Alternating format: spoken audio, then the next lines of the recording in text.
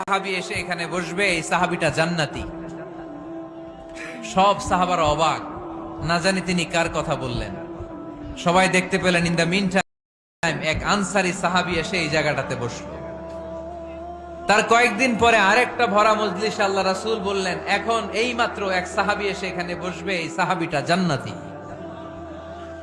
ঠিক ওই দিনও ওই আনসারী সাহাবীটা এসে ওইখানে বসেছে। আবার কয়েকদিন পরে আল্লাহ রাসূল সাল্লাল্লাহু আলাইহি ওয়াসাল্লাম বললেন, এই মুহূর্তে এই মজলিসে এমন এক সাহাবী ঢুকবে, এই সাহাবীটা জান্নাতি। সবাই খেয়াল করে দেখলো, ওই যে আনসারী সাহাবীর কথা রাসূল সাল্লাল্লাহু আলাইহি ওয়াসাল্লাম আগে বলেছিলেন, ওই সাহাবী এসে ইন দা মিন টাইম ওই জায়গায় বসেছে। চিল্লায় পড়েন সুবহানাল্লাহ। সব সাহাবীরা অবাক হয়ে গেলেন। ঘটনা কি?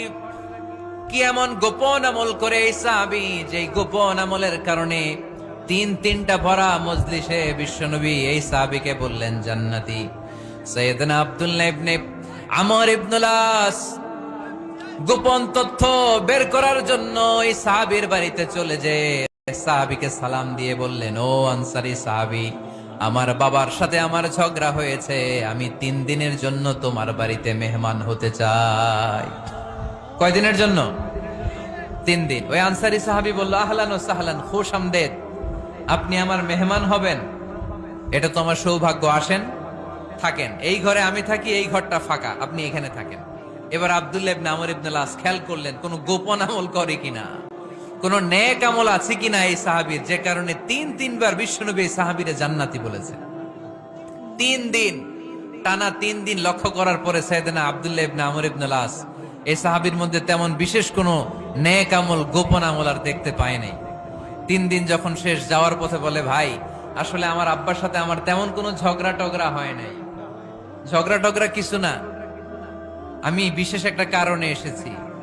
3বার বিশ্বনবী তোমাকে জান্নাতি বলে ঘোষণা করেছেন। আমি দেখার জন্য এসেছি যে তুমি কি আমল করো, কিন্তু আমি তো বিশেষ কোনো আমল দেখলাম না। নামাজের সময় নামাজ পড়ো, তাহাজ্জুদের সময় তাহাজ্জুদ পড়ো, কোরআন তেলাওয়াতের সময় কোরআন তেলাওয়াত করো, আমি যা ইবাদত করি তাই তো করো, বরং আমার চেয়ে আরো কম করো। কি এমন তোমার আমল যে আমলের কারণে বিশ্বনবী তোমারে জান্নাতি বলেছে? সাহাবীটাকে বলে, আব্দুল্লাহ, আমার জীবনে বিশেষ কোনো আমল নাই, এমন কোন আমল আমি আমার জীবনে করি নাই যে আমলের কারণে বিশ্বনবী আমারে জান্নাতি বলে ঘোষণা দিতে পারে। তবে হ্যাঁ, এমন একটি আমল আছে, প্রতি রাতে ওই আমলটা করে আমি বিছানায় ঘুমাতে যাই।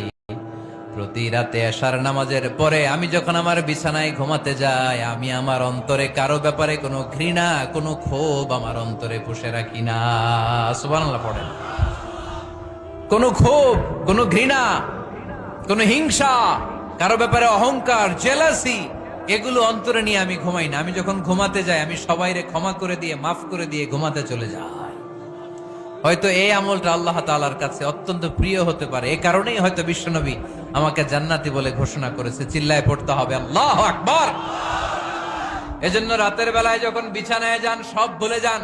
কে গালি দিছিল ভুলে যান, কে ঠকাইছিল ভুলে যান, কে অপমান করেছিল ভুলে যান, কার সাথে মারামারি হয়েছিল ভুলে যান। বিছানায় যাওয়ার আগে সবাইরে মাফ করে দিয়ে একটা প্রশান্ত আত্মা নিয়ে ঘুমাতে যান। ওই সাহাবীর মতো আপনারও জান্নাতি বানাবে কে? অনেকে আছে অতীতের কষ্ট ভুলতে চায় না, ভুলতে পারে না। কেউ আপনারে ধমকি দিছিল, কেউ আপনার সাথে খারাপ আচরণ করছিল, কেউ আপনারে গালি দিছিল, অনেকে এটারে পেলে পুষে অন্তরে বড় করে রাখে, আছে না নাই? ভুলতে চায় না। মনের ভেতরে রাগ পেলে পুষে রাখা ঠিক না। মনে মনে কয়, তুই আমারে মারছিলি, আমি তোরে মারুম। তুই আমারে অপমান করছিলি ওই দিন, যদি একদিন সুযোগ পাই তোরে হতা এলামু। আছে না এরকম? সেই 20 বছর আগে আপনারে সে অপমান করছে, ওইটারে পেলে পুষে আপনি অন্তরে নিয়ে বয়ে বেড়াচ্ছেন। আর এই হিংসা, ক্ষোভ, যদি রাগ ভিতরে রাখেন, এটা আপনারে জ্বালায় দেয় ভিতরে, জানেন? আর যদি আপনি ক্ষমা করে দেন, একেবারে ঠান্ডা। জানেন এই ফর্মুলা আপনারা? এজন্য রাগ, ক্ষোভ, হিংসা কখনো অন্তরে পুষে রাখতে নাই। মা যাদাল্লাহু আবদান বিআফওয়িন ইল্লা ইজ্জান। কোন বান্দা যদি তার অন্য কোন ভাইকে ক্ষমা করে দেয়, আল্লাহ তাআলা এই ক্ষমাকারীর সম্মান আর মর্যাদাকে বাড়িয়ে দেয়। আল্লাহ তাআলা নিজে ক্ষমাশীল, তিনি ক্ষমা করাকে পছন্দ করেন।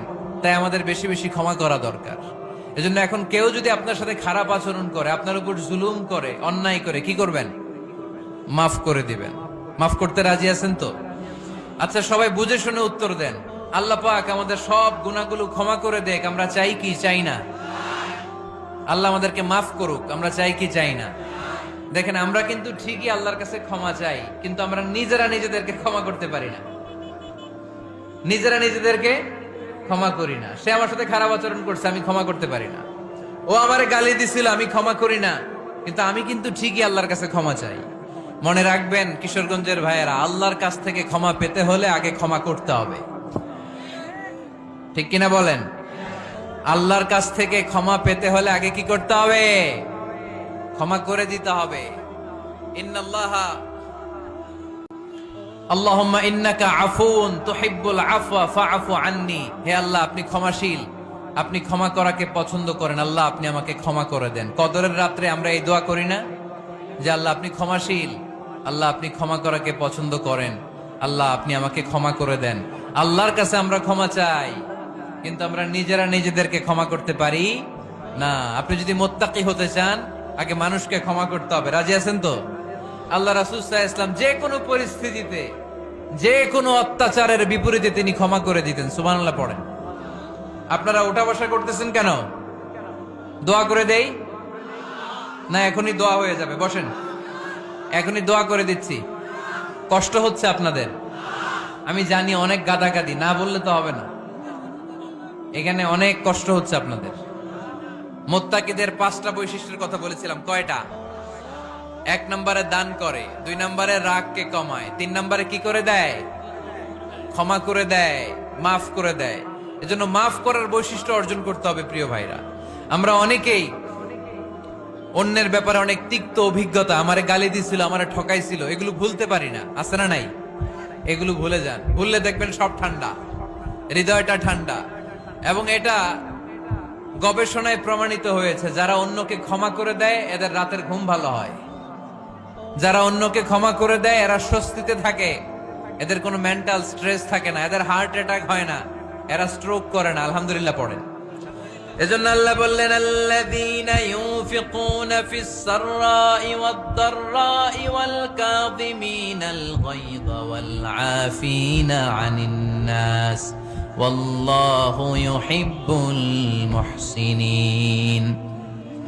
আমার মুত্তাকি বান্দারা সব সময় দান করে, আমার মুত্তাকি বান্দারা রাগকে নিয়ন্ত্রণ করে, আমার মুত্তাকি বান্দা